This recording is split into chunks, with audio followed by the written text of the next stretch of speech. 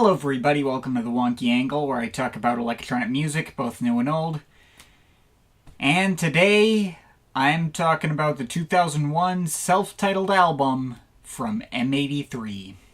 Alright, it's finally time for me to start this series on, I believe, the least overtly electronic outfit I've ever seen fit to highlight in a full discography review to date. M83, the French indie band founded by Anthony Gonzalez and Nicolas Fromageau, is very much one of those bands that sits on the fringe of what is considered electronic music in its combination of electronic and rock approaches.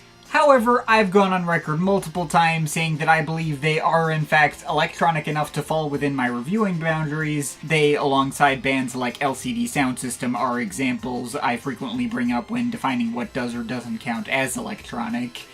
And I have already reviewed them twice before when their albums Junk and Digital Shades Volume 2 came out. Now, of course, my electronic-only format is kind of arbitrary to begin with, more of a device to make sure I know what I'm talking about and avoid stuff that, everyone else already covers, where I feel like my perspective wouldn't be useful. I do tend to be kind of out of my depth when covering most rock bands, as my history with rock tends to go no deeper than, a handful of prog bands, a small smattering of instrumental post-rock, and whatever random songs my dad has playing on his iPod during dinner. I.e. any classic rock that tends to go no further back than the Beatles and no more recent than the 80s, and I tend not to listen to my dad's music as actively as I do for the electronic music I have more personal investment in.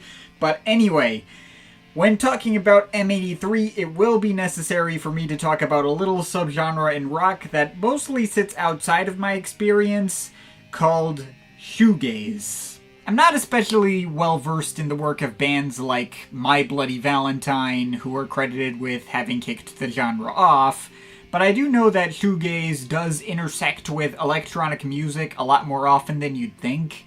Its tendency towards noise-heavy abstraction and heavy usage of effects isn't too far away from having the kind of ethos that electronic artists have, and it's a direct precursor to more overtly electronic subgenres that came in later, like chillwave and all those. One listen of Sweet Trip's Velocity Design Comfort will be able to demonstrate the importance of shoegaze within electronic music in a very immediately obvious way, although your mileage may vary on how much you'd want to listen to that nowadays, given some of the stuff I've heard about that band lately. But yeah, that's about the space where M83 sits. They're not the first band to come at shoegaze from an electronic and ambient approach. Bands like Seafeel combined these genres quite a bit before them. But they were my own first exposure to the genre, and as such I always saw their approach as being important to where I draw my boundaries on electronic music. This album in particular is almost entirely made of synths, aside from some guitar that's still being used to create, abstract soundscape material. And the album is entirely instrumental, aside from some random samples of movie dialogue, approaching a genre in rock with an overtly electronic ethos and background, and I think it demonstrates a lot of their core strengths from the get-go as well. Now, when going through individual tracks, I do think they had a pretty interesting idea with the track listing on this one, where if you read out all the titles in order, they form a complete sentence describing a scene at a party.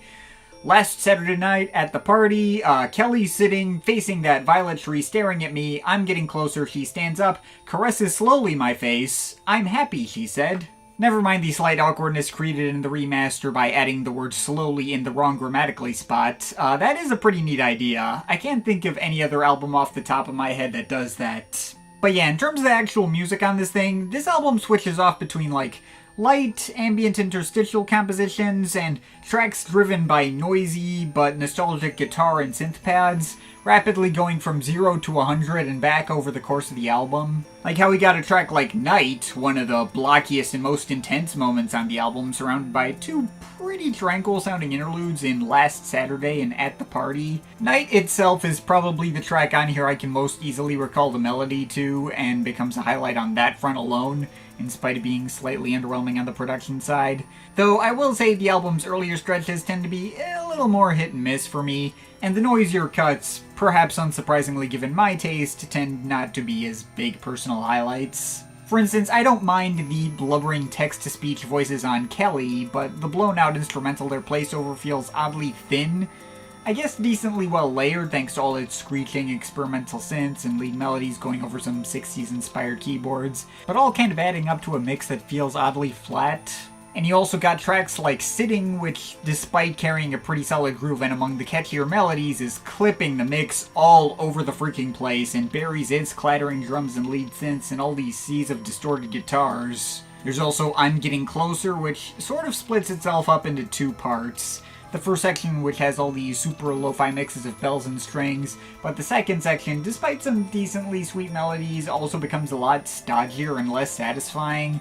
And those reversed movie dialogue samples running throughout that cut are kinda ugly sounding and overbearing. And there's also an interlude called Staring at Me, which is almost certainly the lowest point of them all. All the wiry melodies on that one are just as blown out and screechy as they were on a track like Night, but they've got a lot less bass presence. The melodies themselves are more sour and less satisfying or memorable, and the track just doesn't go anywhere interesting and dips after an anticlimactic minute and a half. Now, back in the old days, when I reviewed junk, I would have chalked up cuts like these with all their blown-out production aesthetic to a lack of technical ability. Perhaps because I was in the middle of an introductory audio production class that more or less said clipping bad, and audio clipping was kind of already a personal turnoff before that. Saying that, like, all clipping is inherently bad seems a bit of a stupid and pretentious take by my standards now. I suspect this is, in fact, more of an intentional choice and they were trying to make it sound lo-fi. Maybe it stemmed from a lack of technical ability, which they would obviously improve upon significantly later down the road. But whether or not that is true, they were using the limitations of their sound in a way that could have its own separate appeal for people. Noise music is a thing that exists. I can see all these cuts which don't hit as much for me being big highlights for other people, and the reasons that I don't care for them being the exact reasons why those people like them. And for what it's worth, I don't even feel the urge to skip any of these tracks when they come up on the album. It's just, not my personal aesthetic of choice. And there are just as many tracks which may or may not be produced in an equally lo-fi fashion that hit for me a lot more effectively than any of the tracks I've already mentioned. Pretty much any of the moments where it feels like they're going for a bit more of a restrained sound resonated more strongly with me, of course. For instance, I really like Facing That. This track feels like a bit more of an experimental and ambitious moment for the album, with all its sections evolving over 7.5 minutes.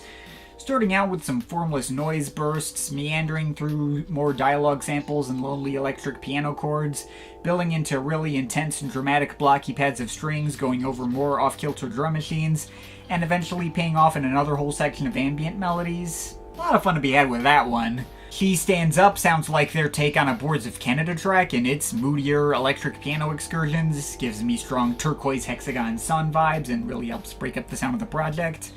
And the nostalgic ambient pads of Caresses, while never really building up to any sort of climax, make for a really peaceful and enveloping moment that really consistently pulled me in every time. And there's still some louder moments for the album that were able to hit for me as well. I quite like Violet Tree, for instance. Even though a decent chunk of that track is covered in more distortion pads, the bell-like lead melodies that run through the whole thing are much brighter and more striking than most other lead melodies anywhere else on the album, and never feel like they lose their shape even in the more intense moments. There's also Slowly, which was a bonus track added in the middle for the 2005 reissue and happens to have far less of a lo-fi production aesthetic than the rest of the album did. It focuses on a much cleaner sounding blend of stiff, sort of 80s inspired drum machines and chiptune melodies with a far stronger dance groove than anything else on this album. You can definitely tell that this track was recorded after all the others and they were further along from a technical level than they were when they recorded the rest of it.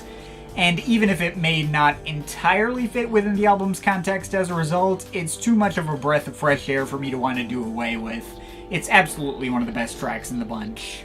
But then that brings us to the big climactic finish. I'm Happy, She Said, a 10-minute cut that itself is also sort of split into multiple parts. The first section comprises the first 5-6 minutes and is the most emotionally intense moment of the whole album, combining Hammond organs with brittle drum machines and nostalgic bell melodies, continually building up, adding more and more clipping noise and distortion, even including a key change for good measure. Then just as all of that has paid off to the most extreme extent the album has seen, All of it just completely dies down into a sea of very low-mixed, whooshing, echoing ambience, and then finally fading in a loop of movie soundtrack strings to close it all out. It's a fantastic cut, though the downside to it is that this is one of those tracks that features a hidden track. There's a 5-minute silence, and then a bit of radio static paying off into a little bit more nostalgic pad progressions, which I suppose are nice enough. It is still a little irritating to have that long silence in there. Like, any albums from the 2000s that say they end in a 17-minute track are nearly always a tease in the digital era and are just following this gimmick. I think listening to this album and their follow-up, which pulls the same shit, was the first time I openly decided, okay, I really do not care for hidden tracks like this on a baseline level. But I suppose it's not as much of a tease as it could have been. The core of the track is a full 10 minutes and has the substance to back itself up, so I guess I can let it slide. But yeah, that's everything on M83 self-titled. I do have my various issues with it, and I'm not about to say that it's the most mind-blowing listening experience I've had. But I do still feel compelled to come back to this one more often than you'd think. Every once in a blue moon, I have found myself in the mood to put it on. The production may be intentionally lo-fi in a way that can sometimes be a bit hit and miss for me, and some tracks hit more for me than others, but it does have a really particular sound to it that I've always associated with it in particular. Even when bands like Sweet Trip came along to build upon these kinds of formulas, and M83 themselves eventually moved on from this style, M83 were always the ones I tended to associate the most strongly with this particular sound. There are parts of it that maybe haven't aged that gracefully, but I think for the most part this project still holds up for me. As rough around the edges as it is, there are a lot of moments all throughout that do really hit me on the emotional level that they're going for, and even the weaker moments aren't so bad that I feel like they take away from the experience. I think this all makes for a pretty solid start to this band's story, and I will give it a 7.5 out of 10. But of course, this is just my opinion. You can feel free to disagree with it, but I'd like to hear your thoughts, so leave the comments in the comment thing down there. Shout out to my Patreon supporters, they're awesome people. You want to add yourself to that list, link to my Patreon is in the description. But yeah, that's pretty much it. That's all for today. See you next time.